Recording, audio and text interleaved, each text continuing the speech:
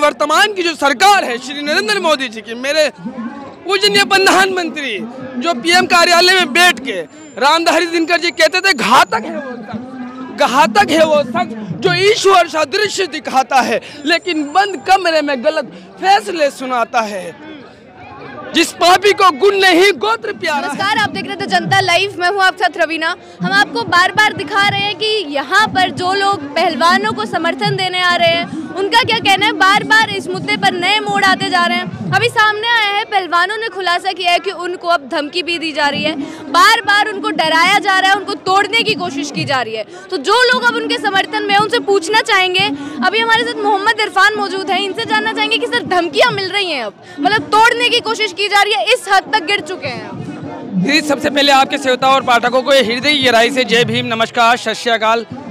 और मैं एक बात कहना चाहूँगा, राहत इंदौर जी कहते थे लगेगी आग तो कई घर आएंगे जद में, यहाँ अकेला कोई हमारा मकान थोड़ी ना। आप इस बात को समझिए, हम पहलवान बहनों के सम्मान में और उनके स्वाभिमान में खड़े हैं मैदान में।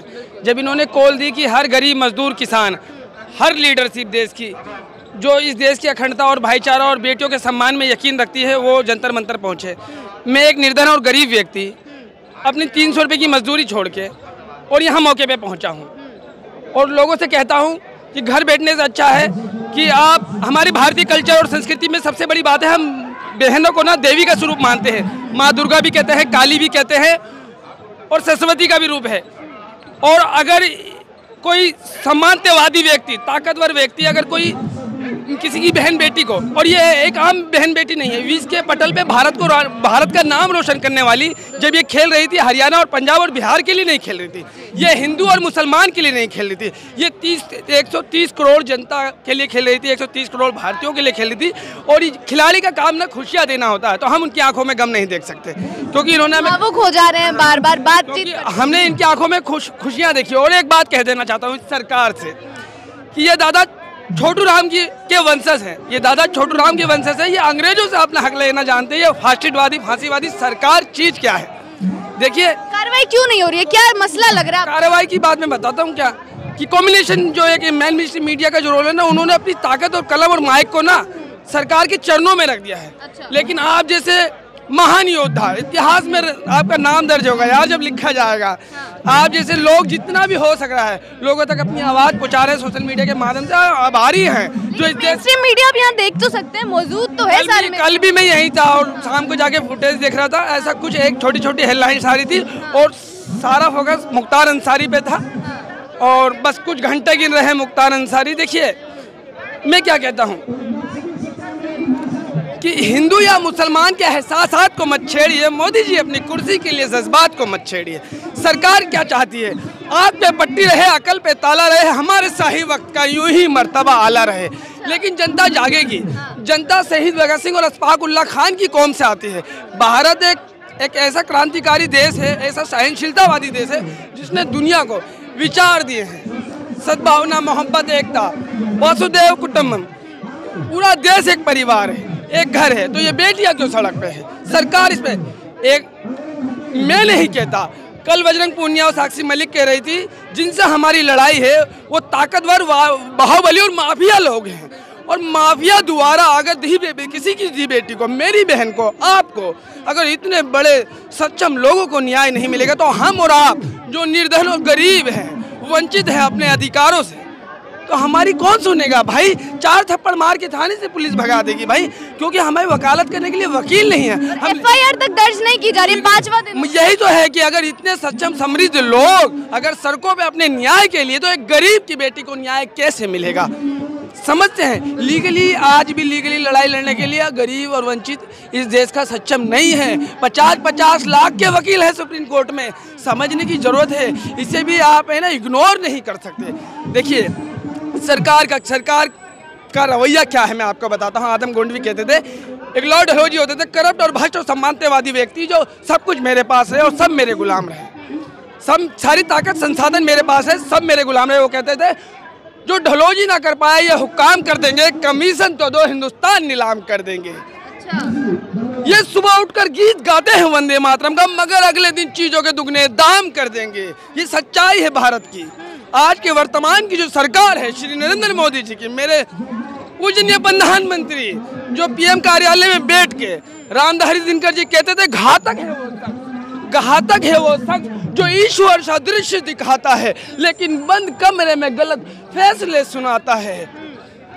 जिस पापी को गुण नहीं गोत्र प्यारा है, समझ लो उसी ने हमें यहाँ मारा है। इस बात को समझने की जरूरत है और सरफरोशी की तमन्ना अब हमारे दिल में है। देखना है जोर कितना वाजिब कातिल में है। ए आसमा तुझे हम अभी से क्यों बताए क्या हमारे दिल में है, वक्त आने तो दे, बता देंगे कि क्या हमारे दिल में है। देखिए हम क्या कहते हैं, ये देश गरीब, मजदूर, किसान, युवा, महिला विरोधी है। मैंने वो आंदोलन निर्भया का वो आंदोलन भी देखा जब वर्तमान के गृह मंत्री जो सुशील कुमार शिंदे होया करते थे और राजपथ घेर लिया गया था। देश के मुख्य 3 दफ्तरों के तक, वित्त मंत्रालय, गृह मंत्रालय, पीएम कार्यालय, साउथ ब्लॉक के राजपथ की चौखट तक पहुंचे थे नौजवान और सरकार को सफाई देनी पड़ी थी। लेकिन उनको न्याय मिलने में थोड़ा टाइम तो लगा, लेकिन आज आवाजों को दबाने की कोशिश की जा रही है। आप सरकार की सफाई की बात कर रहे हैं, एक और मुद्दा जो बार बार उठ रहा है उस पर भी सरकार की सफाई नहीं आ रही है, आरोप बार बार लग रहे हैं। इस मुद्दे पर भी लग रहे हैं और जो पुलवामा अटैक पर जो आरोप लगाए हैं सत्यपाल मलिक ने, उस पर भी आवाज उठे लेकिन जवाब नहीं आ रहा है। देखिए सत्यपाल मलिक, ये आपका माइक है और ये माइक अगर मैं अभी छीन के भागता हूँ तो जवाबदेही कंपनी की को किसकी होगी? जिस कंपनी में आप काम करें, जिस चैनल में काम करें, तो आपकी जवाबदेही। भाई माइक आपके हाथ में था, उसका चेहरा बताओ कैसा है, समझ रहे? गवर्नर गवर्नमेंट चल रही थी, लेफ्टिनेंट गवर्नर की सरकार कश्मीर में चल रही थी, समझ रहे हैं ना? और उस दरमियान अगर कोई घटना घटती है और वो एक जिम्मेदार व्यक्ति कहता है कि मैंने तो 4-5 एयरक्राफ्ट मांगे थे, अगर मेरे बस में होता तो मैं दे देता, लेकिन रक्षा मंत्रालय वर्तमान के राजनाथ सिंह जब थे उनसे मैंने मांगा, उन्होंने नहीं दिया। अगर वो दे देते तो 40 जानें बच जाती थी। आप हमें सोशलिस्ट, कम्युनिस्ट, अम्बेडकरवादी और इस्लामिस्ट कुछ भी कह दीजिए, लेकिन देश की अस्मिता, अखंडता और एकता और जवानों के साथ नाइंसाफी नहीं होनी चाहिए। भाई कहाँ से आया वो 350 किलो आईडेक्स? क्यों नहीं देते सत्यपाल मलिक को? इस सवाल का जवाब देश जानना चाहता है। बोले कि सबूत होने चाहिए। सुनिए मेरी बात, कल छत्तीसगढ़ में 11 जवान नक्सल द्वारा मारे गए, उसके लिए शहीद हुए। मैं अपनी हृदय गहराइयों से नम आंखों से उन्हें नमन करता हूँ। मैं अपने वीर जवानों को जिन्होंने वीर गति प्राप्त की है, और इससे 1 हफ्ते पहले 5 जवान हमारे पूंछ में भी शहीद हुए हैं। तो हम भूलते नहीं हैं। आप हमें पानी पी के गालियां बके, लेकिन हम देश से प्यार करने वाले लोग हैं, हम कलम से प्यार करने वाले लोग हैं, हम पत्थर पे यकीन और एतबार नहीं करते। सुनिए मैं आपको क्या बता रहा हूँ। यशपाल मलिक जी ने कहा कि गोवा के एक मिनिस्टर के बारे में जब मैं श्री नरेंद्र मोदी से कहा कि बड़ा भ्रष्टाचार हो रहा है, उन्हें भ्रष्टाचार से और करप्शन से कोई प्रॉब्लम नहीं है, तो समझने की जरूरत है। जो अपने आप को ये कहता था कि मैं इस देश में करप्शन मिटाने आया हूँ, एक और बयान, एक बड़ा करप्ट बन गया। एक और बयान ये भी तो बोलते हैं कि सीबीआई ने विपक्ष में भ्रष्टाचारी को इकट्ठा कर दिया है, मतलब उनकी पार्टी में भ्रष्टाचार। सरकार द्वारा अभी मैं बोल रहा हूँ और कोई जिम्मेदार व्यक्ति बोलेगा या छींक भी देगा उस सरकार की तरफ मुँह करके, तो उस पर नेशनल सिक्योरिटी एक्ट NS से यूएपी की 14, 15, 16, 17, 18, 19 धाराएं सब लग जाएगी। सारा जीवन वो जेल में सड़ेगा। लेकिन बेटियां इंसाफ के लिए सड़क पे बैठी है, सरकार कुंभकर्ण की नींद सो रही है। इसीलिए मैं कहता हूँ सरकार जो है दुर्योधन की तरह अहंकारी हो गई है, और ये 5 पांडव यहाँ बैठे हैं। और सुनिए मैं क्या कहता हूँ, 2 न्याय अगर तो आधा दो, पर यदि इसमें भी कोई बाधा हो तो दे दो केवल 5 ग्राम, धरती रखो अपनी तमाम, हम वही खुशी से खाएंगे, परिजन पे सीना उठाएंगे। दुर्योधन या भी दे न सका, आशीष समाज की ले न सका, उल्टा हरि को बांधने चला, जो है असाध्य साधने चला। जब नाश मनुष्य में छाता है तो पहले विवेक मर जाता है। हम क्या कहते हैं, उस टाइम महाभारत के टाइम अर्जुन के रथ पे भगवान कृष्ण खुद विराजमान थे, आज इनके रथ पे देश की जनता विराजमान है और जनता में ईश्वर बसता है, तो भगवान हमारे साथ है। एक और सवाल, हाल ही में एक चीज बहुत वोट रही है कि एक नेशनल मीडिया के एक एंकर ने बोला है कि डिबेट तो हम करवा देंगे, सत्यपाल मलिक जी सबूत तो दिखाए। तो क्या सबूत के हिसाब पर चल रहे हैं? अंजना ओम कश्यप जी ने कहा कि सबूत तो दिखाएं। अरे आपके फेक वीडियो के इतने सारे सबूत हैं कि वक्त का बदलने का इंतजार करिए। वक्त की कोख में क्या पल रहा है ये वक्त बताएगा। सुनिए मैं क्या कहना चाहता हूँ कि एक किसी पापी को भी पापी दुआ मारने का हक नहीं है। कानून की रस्सी में हाथ बांध के उग्रवाद की बंदूक से मेरे सर में गोली मार के फिर जश्न मना के मुझे को दोषी बना के कैसा भारत बनाते हैं। ये ध्रुवीकरण की राजनीति नहीं चलेगी। इंसानी शरीर की एक फितरत है, कोई भी खाना, कोई भी चीज, कोई भी गाना वो बार बार यूज नहीं कर सकता, एक दिन उससे बोर हो जाता है। हम इससे बोर हो जाएंगे, देश की जनता बोर हो जाएगी। हम सरकार से नहीं, इन खबरों से, इन प्रोपेगेंडाओं से जो लोगों में ध्रुवीकरण और बांट रहे हैं। हम क्या चाहते हैं? हम शहीद भगत सिंह, दादा छोटू राम की विचारधारा को मानने वाले लोग हैं। हम चाहते हैं कि देश में श्रमिक और वर्गीय कम्युनिटी का शासन हो।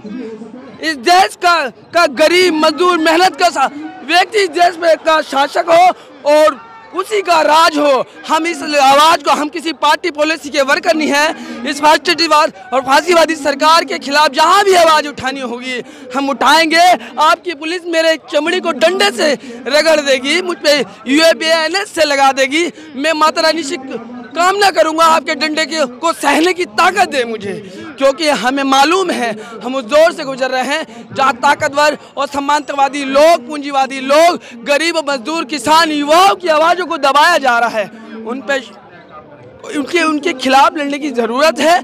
हम इन आज 2% लोगों के पास 98% लोगों की पूंजी है। हम गरीब देश ने, हम प्रगतिशील देश ने, हम विकसित देश की श्रेणी वाले लोग हैं, लेकिन शोषण वाली नीतियों ने हमारे देश को गरीब बना रखा है। इसकी आवाज़ और लड़ाई हमेशा लड़ते रहेंगे। बाबा साहब कहते थे शिक्षा वो शेरनी का दूध है जो जितना पिएगा उतना दहाड़ेंगे, तो हम पिएंगे और दहाड़ेंगे। जी, बहुत बहुत शुक्रिया आपका। तो ये सारे लोग यहाँ पर मौजूद हैं, लगातार अपना समर्थन दिखाने आए हैं। जनता लाइव जनता के मुद्दे आप तक पहुँचाता रहेगा, बने रहे हमारे साथ। शुक्रिया।